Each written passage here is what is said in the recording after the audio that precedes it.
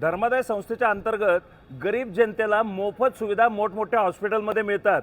पुण्यामधले 58 hospitals हे धर्मादाय संस्थेच्या अंडर येतात, पण पुण्यामधल्या हातावर मोजणे एवढे हॉस्पिटलच फक्त असे आशयाचे फलक लावतात आणि बाकीच्या हॉस्पिटलचे फलक हे कुठं धुळखात पडलेत हे मी आता तुम्हाला दाखवतो।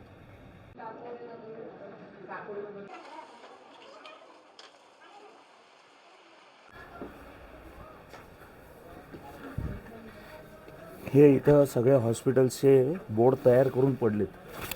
Bharti hospital, Lokmanya hospital, Kawade nursing home, Dhanvantari hospitals, Indrayani hospitals, हे सगळे बाकीच्या सगळ्या हॉस्पिटल्सचे बोर्ड इथं तयार करून पडलेत।